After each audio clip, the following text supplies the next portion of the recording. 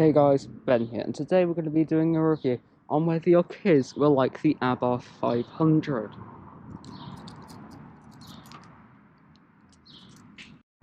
Firstly, what is the Abarth 500?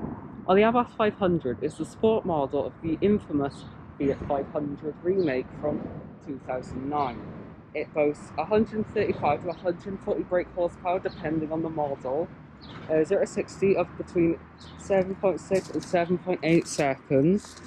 It gets about 47 to 48 miles per gallon and has an insurance group of around 26 or 27, again depending on the model, with a road tax of £165. Now you've heard the specifications that this engine boasts, but what does the engine actually look like? Well, let's show you. Under the Fiat 500 shell, if I can find the release,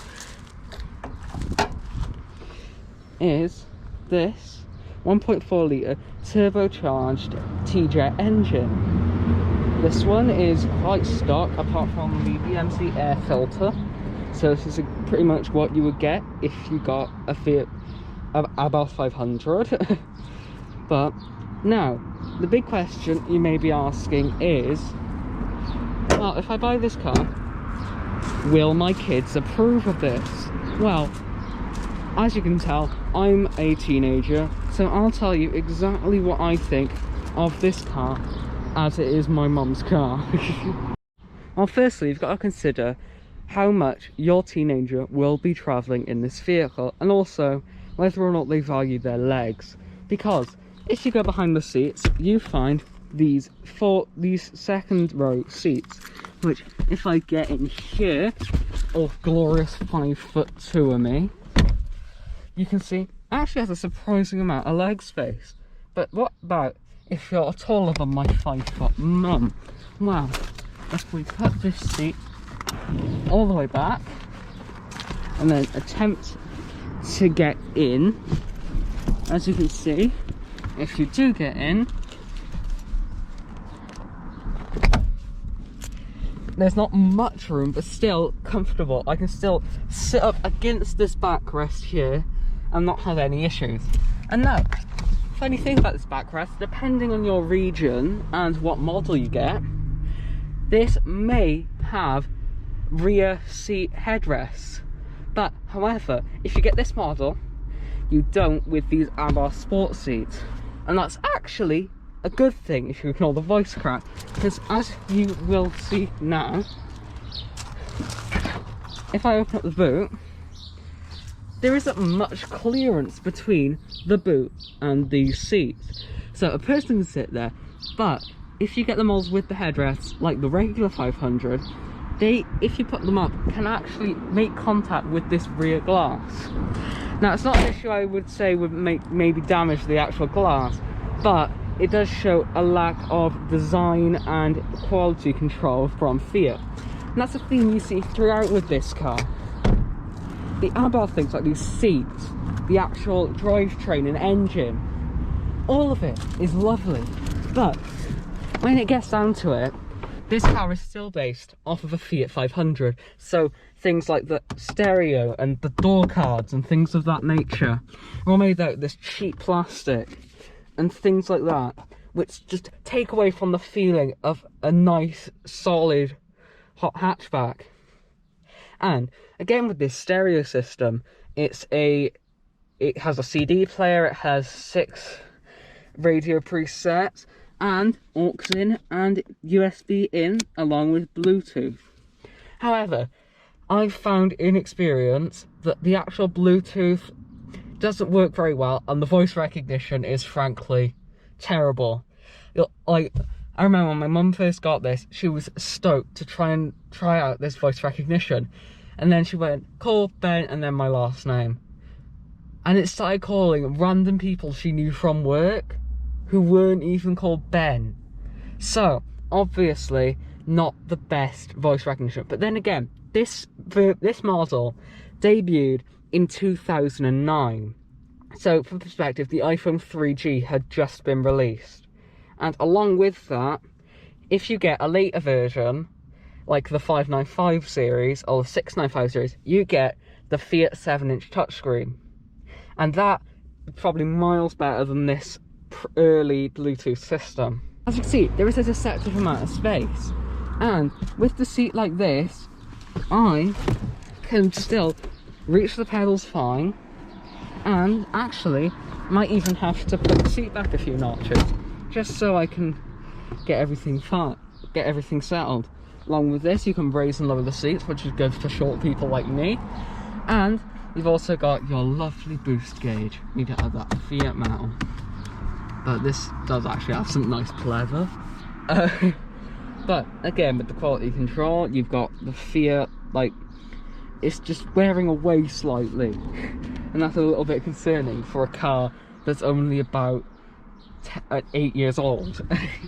But as you can see, you get all this lovely Abarth branded stuff, and a stereo system with all these speakers.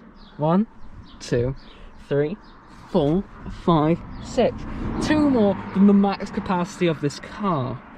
But the thing with the stereo system, which I've found, is, especially if you're in the back of this car, you are sat directly next to these speakers. So there's no amount of, like, sound balancing from left to right.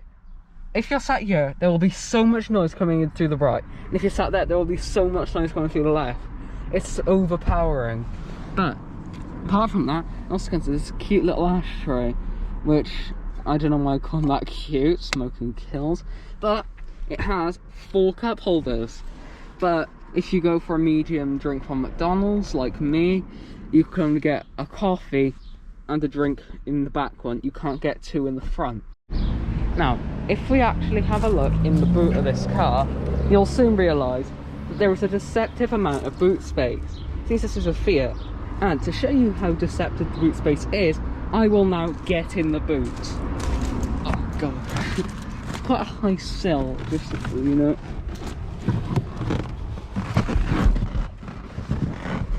I am now in the boot of the Abarth 500, and as you can see, I'm right up against this lovely Fiat metal, and I'm now going to have to get out. But as you can see, a deceptive amount of boot space. If you do want to kill someone, this is the car for you. And I'm going to have to preface that with saying that that's definitely a joke. So, why am I mentioning all of this? Well, if it comes down to it, you don't just want to go off how fast your car is. You also want to go with how well you can live with it. Because overall, you might like it, but your kids might not. Personally, I like this car, but with the flaws that go along with it, I think you could go with something better. Like another hot hatchback, e.g. Fiesta ST, i30N, Proceed, GT, that sort of thing. But this all leads back into my opinion of, this is a lovely little car, but it does have its flaws. Abarth are not responsible for any of the flaws in this car. It's all the stuff that was done by Fiat.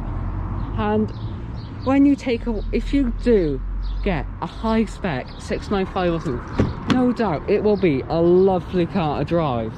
But if you're spending 30 grand on a brand new 695, you don't want this. You want something that's got a lot more, like, craftsmanship, much more well built. Like,